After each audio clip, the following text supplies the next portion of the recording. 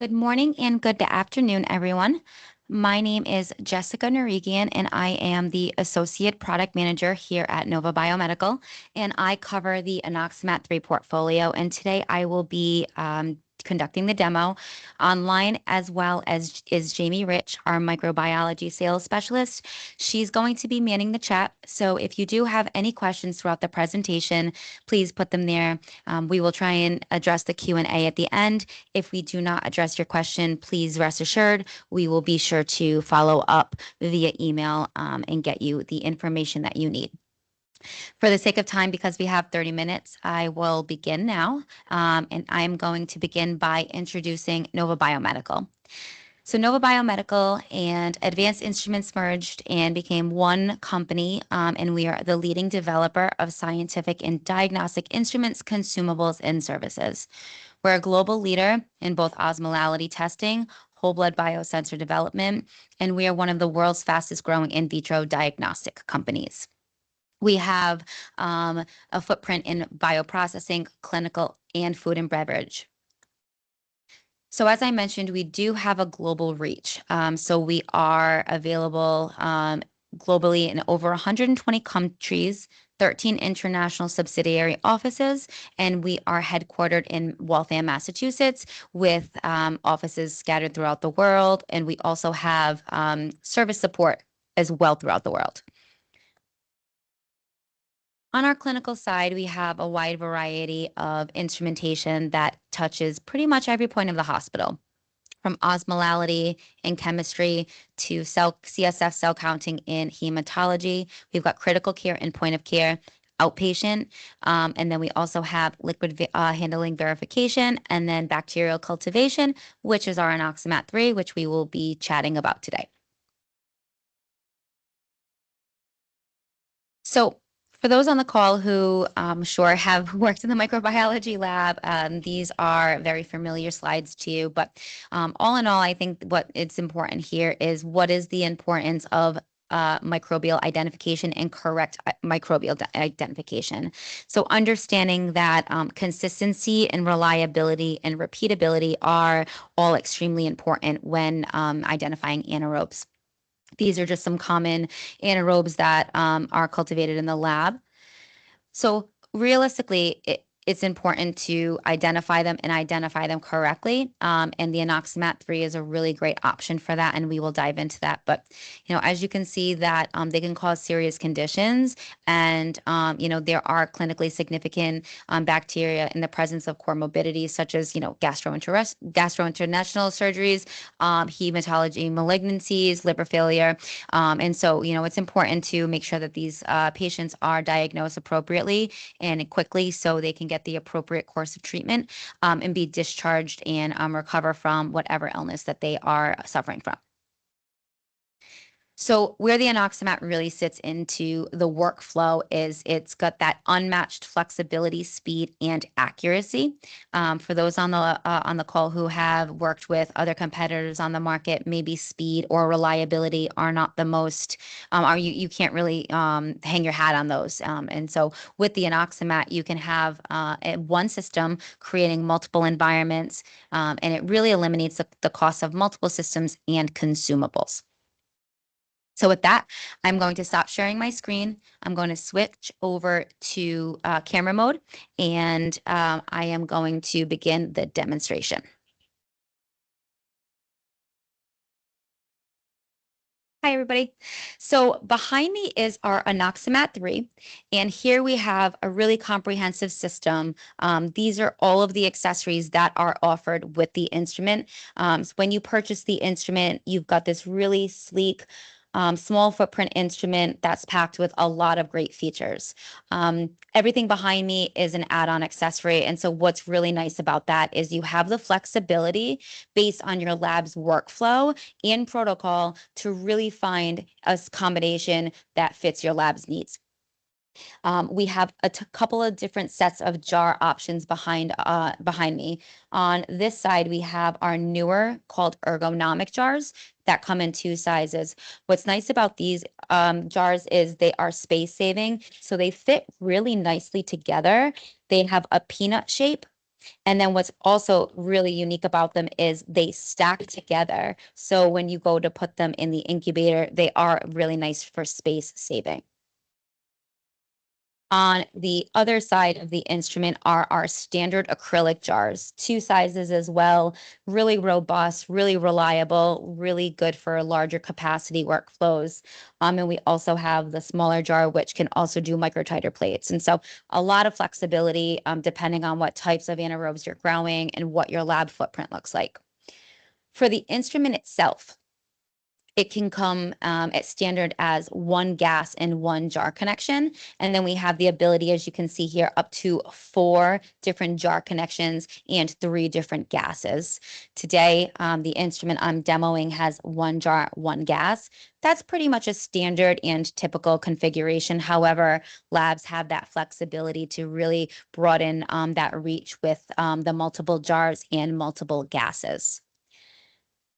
Here is our Paladox. This is our single-use palladium sachet. And so this is reserved for those recipes that are anaerobic.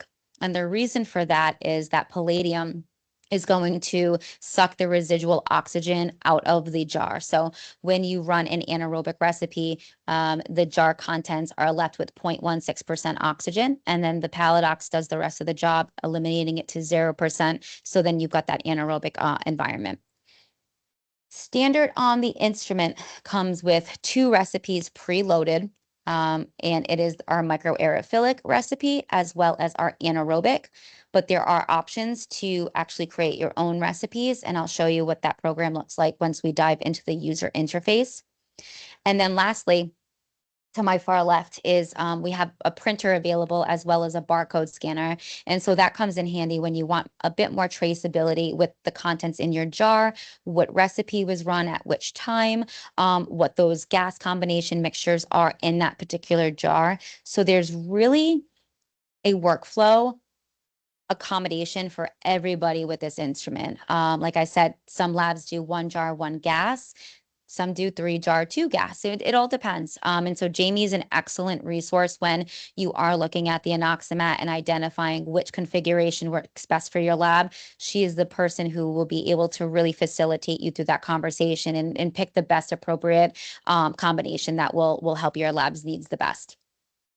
So now I'm going to switch cameras and I'm going to dive a little bit into the user interface, and we can get into the software, which is extremely user friendly and intuitive. Jamie, just a check on the graphics. Can you see the screen okay? Yes, ma'am, I can. Perfect. Okay, awesome. So I'm gonna, excuse me for walking by. Okay, so here's the main screen on the Anoxomat. So as soon as you power it up, you're going to see this as the main screen.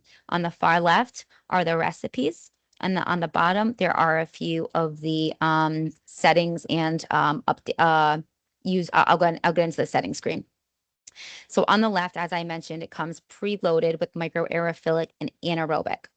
So if you are a lab that would like a bit more flexibility and which recipes you are running, maybe you're a research lab and you want to create a unique gas combination, you have that ability with the Anoxomat with that program recipe generating recipe generating program.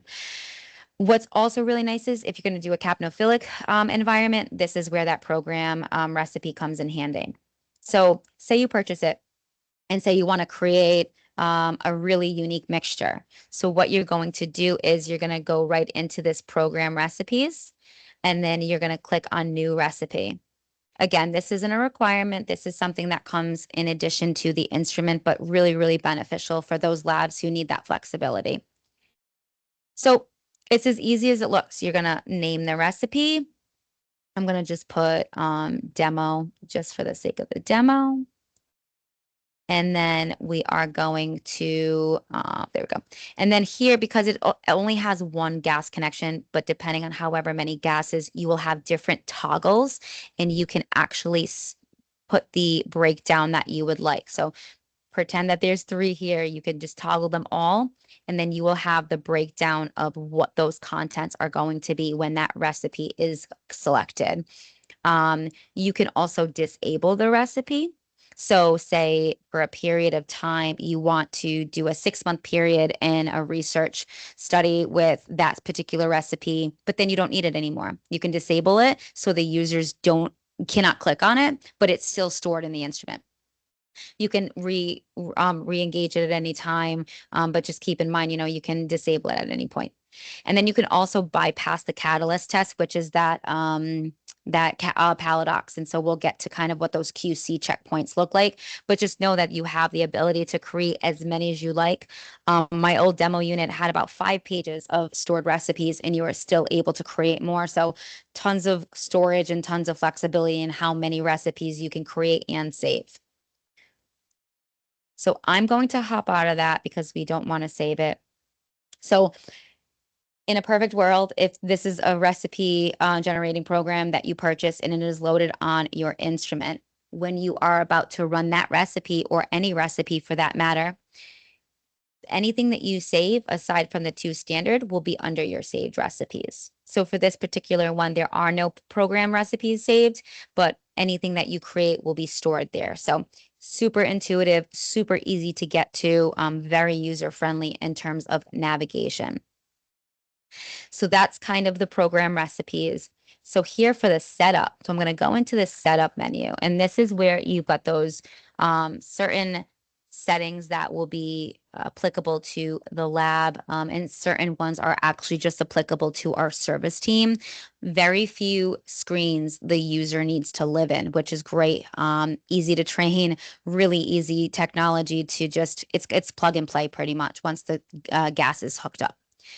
So the setup code, everyone is going to have the same setup code. So we're going to press enter or OK. And then it is going to bring us to this main screen. Here is where the instrument information lives. So if ever you need to call tech service or you need to get your type of instrument configuration or serial number, it will be right on this main screen. It will explain what that gas breakdown is, and it shows, there's no second gas and the third gas isn't available just because this instrument's not configured that way, but you have the flexibility up to 3. So on the bottom are a few different screens where I'd say you'd live. The biggest one I would have to say, if you do purchase the track and trace feature, is the registration screen. It's also called user registration. So I'm going to hop into that really quickly.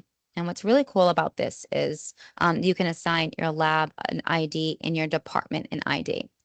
So here, if you want a bit more control over the instrument, the users, this is where you would do that.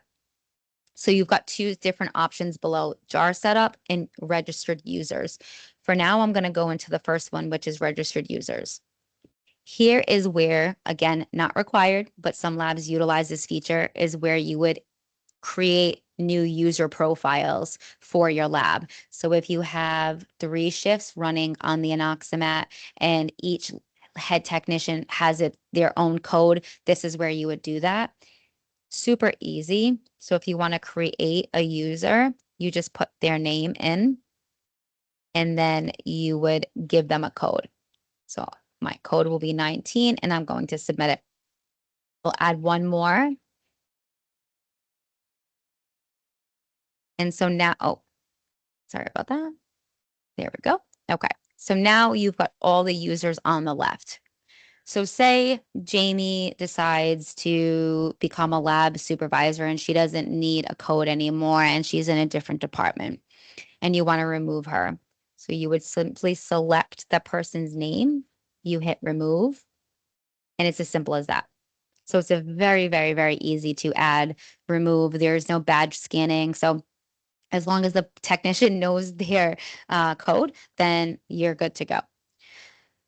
So I'm going to close that out, and then I'm going to be back at that registration screen. And so the second option on this screen is called jar setup. And so this is where it gets really cool.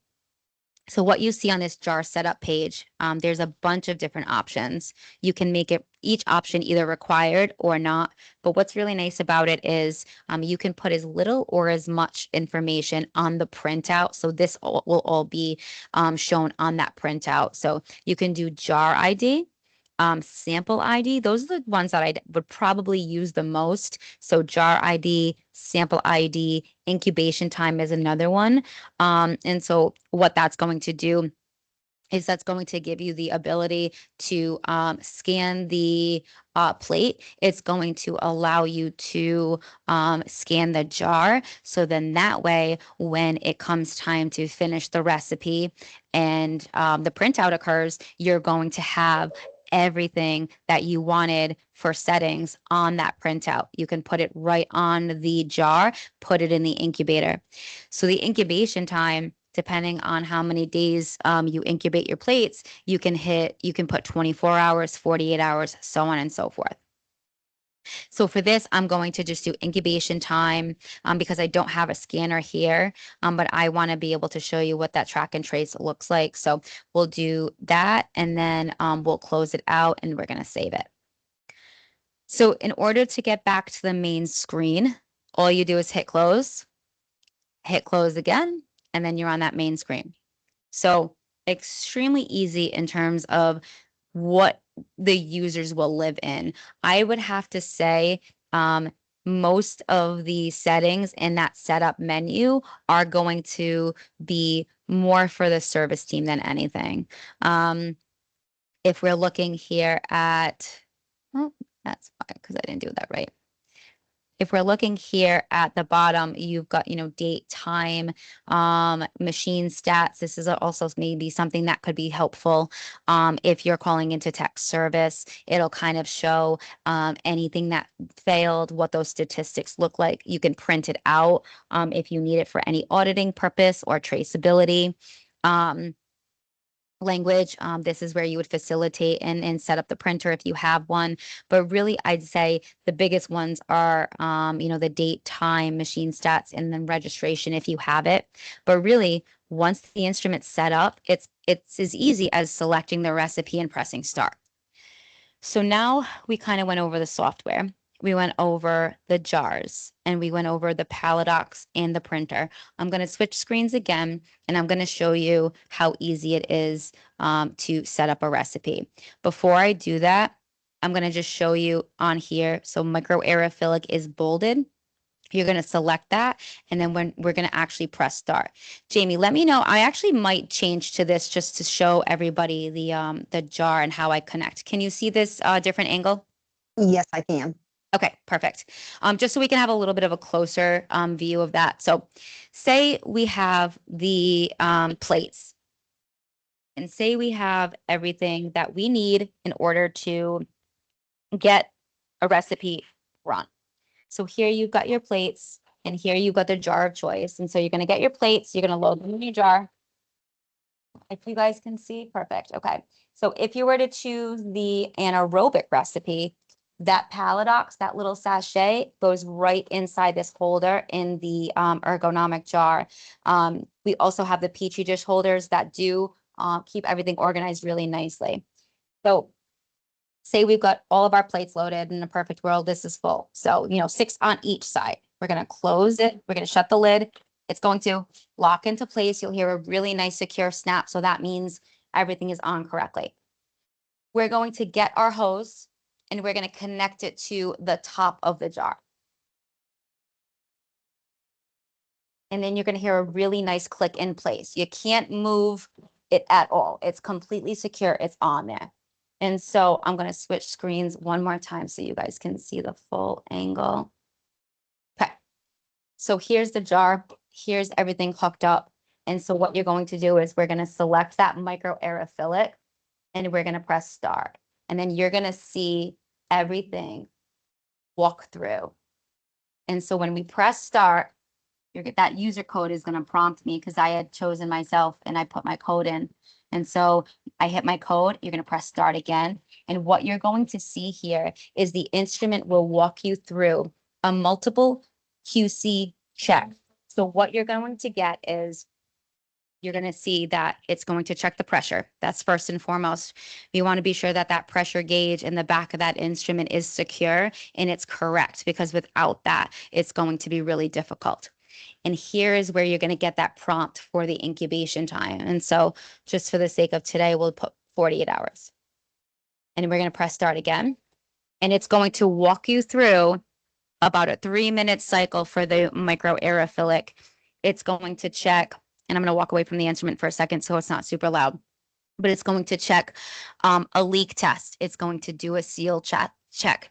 And then this one will bypass catalyst because we are not doing anaerobic and there is no paladox. In a perfect scenario, once you hit start, you should get green checks across the board. Because it doesn't have that second gas connection, it will just show, the second gas and it won't show anything. So it looks like, the first one's done, and then it's going to walk through. And then if at any point in time something is giving you a red X, you're going to know right away. So you'll know in the first 3 to 5 minutes, something's wrong with this jar. Let me identify where something went wrong. So you're not blindly putting something in the incubator, crossing your fingers and hoping that it's going to grow. You're going to know within 3 to 5 minutes if that environment in that jar has been created successfully and accurately and has the correct contents in order to grow those anaerobes and give you those really juicy colonies. So the leak test passed. That means that the jar lid is on tight and there are no leaks. And then it will also check for that seal. So unlike certain other methods on the market, we have a multiple QC checkpoint baked into the instrument. And the reason for that is we really want you to know that you've got that reliability, and you know that once it's in the incubator, everything that is in that jar is the exact recipe that you chose. And so this is the microaerophilic, like you can see on the top left. It's about a 3-minute process to do the evacuation in fields method. And so it's going to suck the contents out, replace it with the gas, and then you're going to, built into all of that is the seal check, the leak test, the pressure test. And then for this one, like I said, you're going to get that red X for catalyst because we're not including catalyst for the microaerophilic. And so here, because the printer's hooked up, you can hit print and it will print what is on. So now that it's printed, I hope you guys can see this okay. So you've got the date, the time, which recipe was run, the technician, so my name, and then the incubation, because we did 48 hours, it'll tell you when that incubation time is run up. And then it shows you the gas breakdown and that the QC check was completely accurate. So it's really, really nice in terms of that traceability and really flexible in terms of like what you can and can't do with the instrument. I mean, if you really just want the instrument, all you have to do is get the gas hookup, one jar, and you're good to go. So you remove it from the hose, and when you're done, you just press start, and that gets you back to the home screen. So it comes with this really nice stylus. And like I said, the capabilities of adding on and creating a bundle of types of jar connections, the types of jars that you have in the lab. Some people like to mix and match. Some people only like standard. The scanner as well as the printer. So the scanner is not a requirement, but if you really want additional traceability, it does come in handy. But every lab is different, every workflow is different. And so the Anoxomat is just a comprehensive small footprint system that allows you to tailor your anaerobic recipes and cultivation based on your lab's needs. So with that, I know I packed a lot of content in. I know we only had a half hour, so I wanted to reserve the last few minutes for Q&A. I'm not sure if there's anything in the chat at this time. If there's anything that you also need after this, you can reach out to myself or Jamie, and we're happy to either set up an individual call, or if you need additional information, brochures, would like to set up a different call with just Jamie, please feel free to reach out. So I'll give it a few minutes, and then we can see if there's additional questions. If not, I'll let everybody go. So I'll hold out for a couple minutes and just see if anything comes in the chat. Jamie, did I forget anything? Is there anything you want to add into the conversation?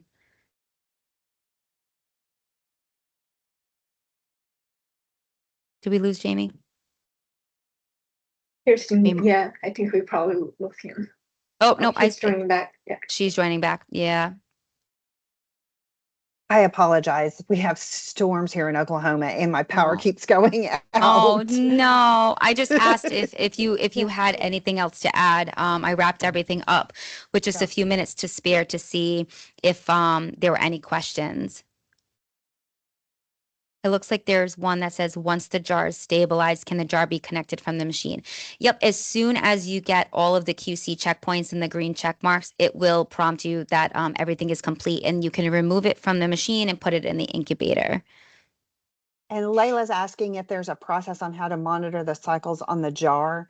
I I'm not 100% sure, Layla. Let me get back to you on that one. I know it does, and one of the screens that just showed shows some things, but I don't know if it does each jar individually unless you have the track and trace feature. Yep, So let me get it back to won't. you. Yeah. Yeah, unless you have the track and trace, you won't be able to see. But also, too, something actually I didn't mention that's worth noting is if you do have multiple jar connections, you can only run that one selected recipe in all of those jars. So you can't mix and match based on the jar. So if you have a 4 jar connection and you have 4 jars hooked up at one time, but you can only select one type of recipe. So all 4 of those jars can get micro aerophilic or anaerobic, but you can't mix and match. Um, but we do have.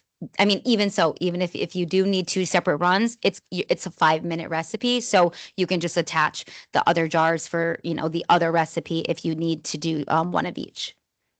So Christina's asked, do we have the jars for the square plates? The square plates that you're talking about are the 96 well plates, I'm assuming. And if you look on the screen that Jess has up right now, the acrylic jar that's on the farthest right, the one she's tapping right there, that right there actually has the Petri dish holder in it for the 96 well plates. So yes, we do. Yes. Oh, yes. Then yes, that one that she even tapped, that one's still the same one. She's saying no square plates for agar dilution. Yes, that is what that acrylic jar is for, is so. Oh, I think we lost Jamie again, maybe. She was basically just saying that acrylic jar as well as the petri dish holder is designed for to accommodate those square plates. And then where can we buy gas with defined percentage? So you would reach out to either air gas or your defined gas supplier. And depending on what that gas mixture looks like based on your lab's needs, you would work with them. And then you can also work with Jamie and our service team on what we call a pre-implementation call to really ensure that you have all the proper materials needed to make sure that once we're on site and install the instrument, you have everything you need to be up and running as quickly as possible. And just so that you know, I'm sorry, I jumped back in real quick. Just so that you know, there is a specific gas mixture that the Anoxomat needs, but that is something that we could talk about further if you choose to go down this path of that instrumentation. Thank you, Jamie. What is included in the system? So what's included in the system is the instrument itself, and then whatever that those hoses are. So you can do as single as one that's shown here on the screen, up to 4, and then everything else is add-on because it is so customized per lab. So it really just comes with the instrument, the gas connection in the back, as well as the hoses. And then, do you know if any of your customers use locking lid plates during testing, especially with 2 locking positions? That I'm not sure of. I'm not sure if Jamie knows the answer to that one. I have actually never heard that question before. So I can absolutely get back to you on that. Not that I know of, but Jamie has a bit Yeah. more face-to-face interaction with customers, so she may be able to weigh in on that. Um, yeah, I'm so sorry. I am not aware of any customers that are using the locking lid plates on our instrumentation. So I would be curious to have a further conversation with you about those locking lid plates and why you would be using those. So I probably will be reaching out to you to ask you further questions about that. Thank you, Jamie. I know you're hunkering down over there with weather, so I appreciate you hopping back on. Sorry. No, no, no, no, don't apologize. It looks like we're at time, and it doesn't look like there are any other questions filtering in. Again, you can reach out to Jamie or myself. I'm the product manager, so please, if you need anything whatsoever, happy to help. Give us a call or email us, and we thank you for your time and have a wonderful rest of your day.